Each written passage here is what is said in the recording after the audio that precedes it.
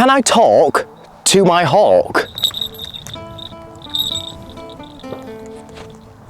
Of course, my hawks can't speak the English language to me, but that doesn't mean we can't communicate. Communication is a lot more than just two people talking, and there are a few terms that we need to cover. In this moment, I am the sender and you are the receiver.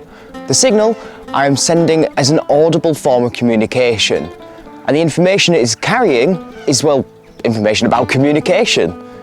This current form of information passing is called intraspecies communication, because unless your dog, cat or hawk is watching this, we are both the same species. Communication between different species, such as humans and hawks, is called interspecies communication, and there are a few different types. As many species of bird of prey have little to no sense of smell, chemical communication plays no role between you and your hawks. The main forms of communication between you and your hawk are visual and auditory. There are advantages and disadvantages to different forms of communication. The advantage to audible forms of communication is that the sender and the receiver do not need to be in direct eye line of each other, and it's an immediate signal that offers information quickly. The downside to audible communication is that it requires a high amount of energy, and it can be detected by many other animals in the area, including animals that are not the desired receiver. The advantage to visual forms of communication is that they require little energy through the use of the colours of the plumage or small body movements, and depending on the species can be sent over a long distance, especially with hawks. The disadvantage of visual forms of communication is that the receiver's attention must already be on the sender in order for the information to be conveyed.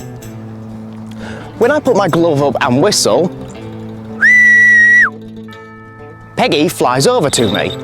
Of course she does this because I have trained her, but I have trained her through communication. The glove being raised is a visual form of communication, while the whistle is an audible one. The information these signals convey is that I have food for Peggy. But what about when my hawk wants to communicate with me? Many birds of prey, especially imprints, communicate audibly.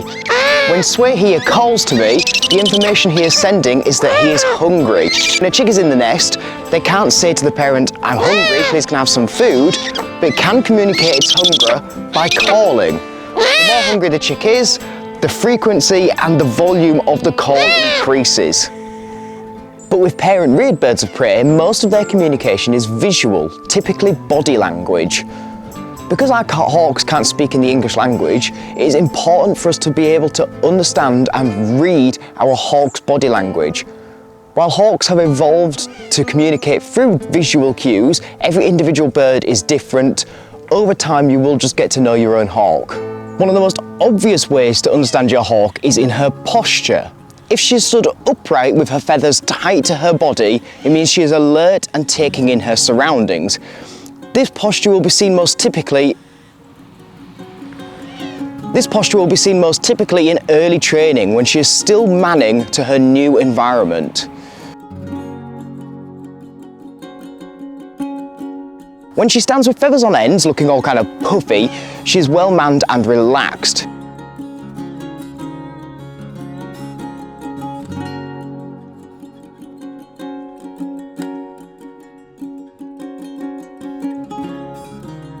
She may even stand on one foot and raise the other under her feathers. More signs she is relaxed include preening and bathing. It's such a delight to see your hawks raise a foot or have a splash around in a bath, knowing that she's comfortable and relaxed in her surroundings.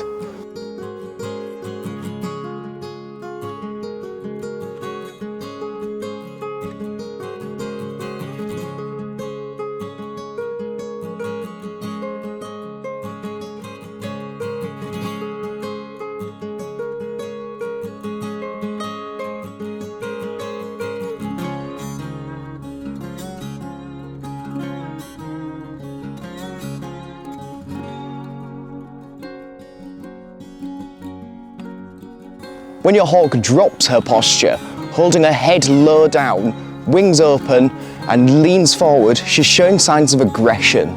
She may mantle on her perch, meaning she will drop her wings down and surround her lower body. And this is a defensive behaviour, and she has possibly been territorial of the perch. If you continue to approach her in this state, then she may up her communication from visual to audible by calling out at you.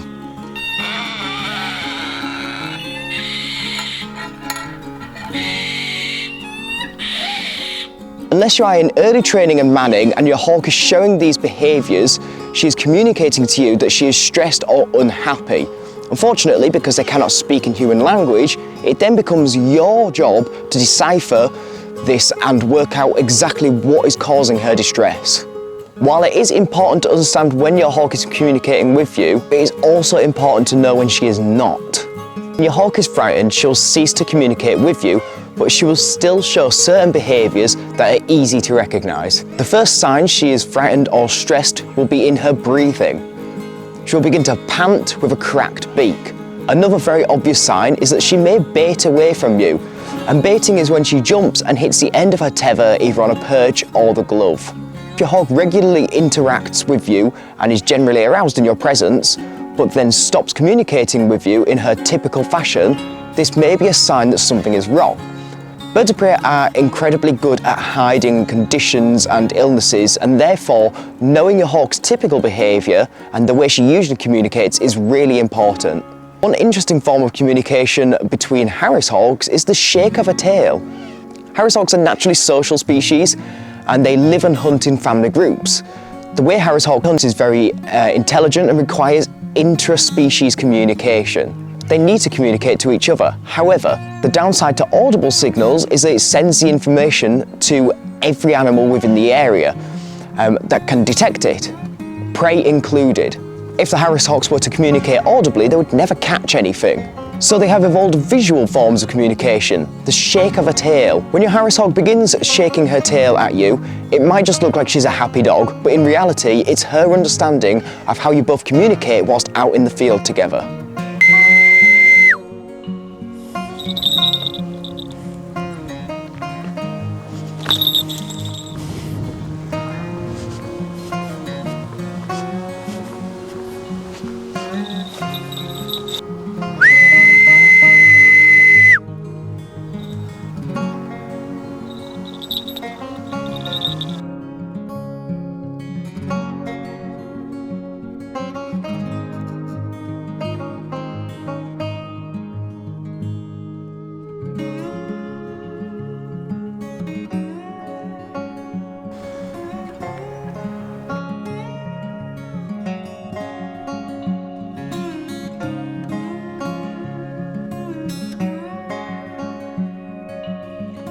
So to answer the question, can I talk to my hawk? Yes, I think I can.